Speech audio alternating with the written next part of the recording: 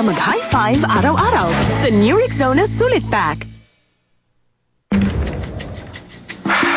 Kahit napakarami, kailangan ko pag-aralan lahat to. Dapat maging updated ako sa ophthalmology. Hindi ako dapat mag-iwan kahit isang detalye. Anong gagawin mo sa mga libro na yan?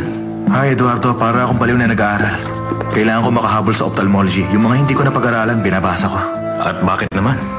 Hinahanda ako sarili kong opera ng mga mata ni Marichoy Ituato. Kukonsultahin ko ang mga eksperto sa larangan na yun dahil hindi ko hayaang magbulig si Marichoy habang buhay. Juan Miguel, hindi mo pa nasubukan umopera ng mata ng kahit na Kaya sino. nga kailangan ko humanap ng ekspertong doktor. Pero gusto ko nandun din ako. Aalalay ko kakailanganin at magdedesisyon habang inooperahan siya. Bakit? Ano ang mga bagay na gusto niyong ipagawa sa akin, Sir Patricio? Gusto kong tulungan mong maibigay ang mga kailangan ng anak ko. At gusto ko rin na turuan mo siya. Sa anong paraan? Kailangan matutunan ni Marichoy na gumawa ng mga bagay na mag-isa. Kailangan niyang umikot sa bahay, kumain na mag-isa, kumilos na parang natural hanggat maaari. Maliwanag. Opo, sige po, Sir Patricio. Nakikita kong meron kang pinag-aralan at matututo siya sa'yo. Salamat po, Sir Patricio. Ang trabahong yon, kakailanganin ng tiyaga at mahabang pasensya. Pero may tiwala ako sa iyo, Ana Julia.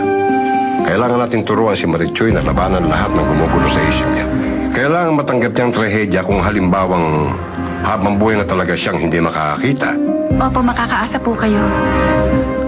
Bukod doon, bilang empleyado ninyo, trabaho ko po yun. Bilang empleyado at kaibigan ni Marichoy. Siyempre naman, ano pong kailangan kong gawin? Una sa lahat, dapat matuto siya lumakad. Kailangan mo bilangin para sa kanya kung ilang hakbang mula sa pinto, papunta sa upuan. Ituro mo kung nasaan nakalagay ang mga gamit niya para alam ni Marichoy kung saan niya mahahanap ang kailangan niya na hindi nagtatanong. Sige, opo, naintindihan ko, Sir Patricio. Siguraduhin mong walang sino man na maglilipat ng mga gamit kung saan ito nakalagay. Siyempre, lahat ng bagay dapat manatili pa rin sa dating lugar. Opo, Sir Patricio.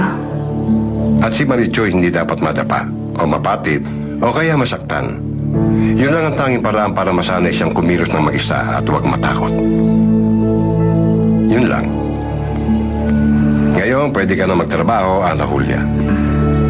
Nagtitiwala ako sa iyo na matutulungan mo ang aking anak. Ngayon ako na ang magbabantay sa iyo, Iha. Palagi naman, Aling Candy. Unti-unti makakapaglakad ka na kahit sandito sa bahay ng paikot-ikot. Kapag natuto ka sa mga kamay ko, hindi ka masasaktan. Siguradong matututo ka kaagad. Pero alam niyo kung ano? Ang totoo, hindi ko alam kung ano nararamdaman ko. Basta natatakot ako. Hay, tutulungan kita na mawala ang takot mo. Makikita mo, magagawa mo yun. Sana nga. Siguro nga sa tulong niyo mawawala ng takot ko. Siyempre, Pero ngayon, ayoko pa. Siguro ibang araw na lang. Kahit kailan, aking prinsesa, kung kailan mo na lang maisipan, hanggang sa matutunan mo, maiikot mo na ng mag-isa itong buong bahay. Hanggang sa hindi mo na kailangan ng tulong ko. Basta ako, nandito lang ako palagi. Siguro kung hindi na babalik si Juan Miguel, siguradong gagaling na ako.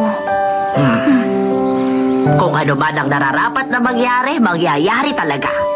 Yun ang magiging kapalaran mo, Iha. At umaasa akong mawala na yung galit sa puso mo para nang sa ganon matuto ka ng magpatawad. Alam mo na kung sinong tinutukoy ko. Hindi ko talaga siya makakalimutan. Ay, kahit makakita ka ulit. Siguro, mapapatawad ko din siya balang araw. Pero hindi pa ngayon. Talagang hindi ngayon dahil galit pa din ako sa kanya hanggang ngayon. Pag di na ako nakakita, mas magagalit ako sa kanya. Ay, Iha. Ay, Iha. Sino? Sino po yun? Hello, Marichoy. Kumusta? Ay, Ana Julia. Ayos lang, salamat. Aling Candelaria, pwede na po kayong bumalik sa mga gawain ninyo. Kasi magmula sa araw na ito, ako nang bahala kay Marichoy. Ay, naku, talaga naman. Nagpunta ako sa simbahan para ipagdasal ang anak natin. Kumusta na siya? Nasa kwarto siya. Hindi pa siya lumalabas mula nung dumating siya galing ospital. Sa palagay ko, kailangan ko na siyang puntahan para dalhin sa garden. Hindi, wag. Wag ngayon, Cecilia. Bakit? Pinuntahan siya ni Ana Julia. may mga pinagagawa ko sa kanya para sa ating anak. Kaya magmula ngayon, siya na mag-aalaga at magtuturo sa anak natin na maglakad na mag-isa. Pero paano na si Candelaria?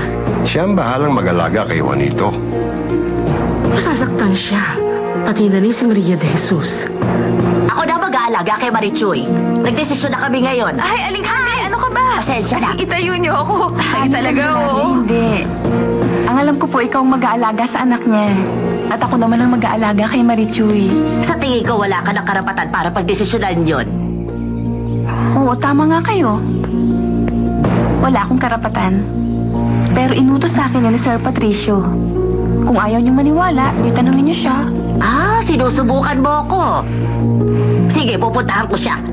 Babalikan kita dito, Iha.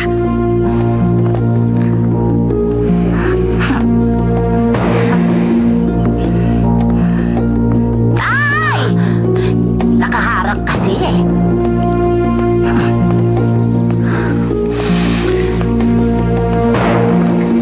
Marichuy, totoo yung sinabi ko kay Aling Candelaria. Basta aalagaan kita. Para naman makalakad ka na sa paligid ng bahay. Para sa ganon, makakilos ka na ng mag-isa at maalagaan mo na ang anak mo. Kaya simulan na natin ang lahat dahil ang gusto ng papa mo, matuto ka na kagad na alagaan ang sarili mo. Totoo yun, Candelaria. Nakiusap ako kay Ana Julia. Bata pa kasi siya at malakas pa. At mukhang kaya niyang turuan si Marichoy. Nagawin lahat ng mga ginagawa niya bago pa siya mabulag. Mas matanda tayo kaysa sa kanya at medyo may hina na rin ang katawan natin. Alam ko namang nahihirapan ka na rin sa pag-aalaga sa kanya. Kaya naisip kong ikaw na lang mag-alaga kay Juanito. Ako ang nagdesisyon nito, Candelaria. Respetuhin mo na lang. Mawalang galang na.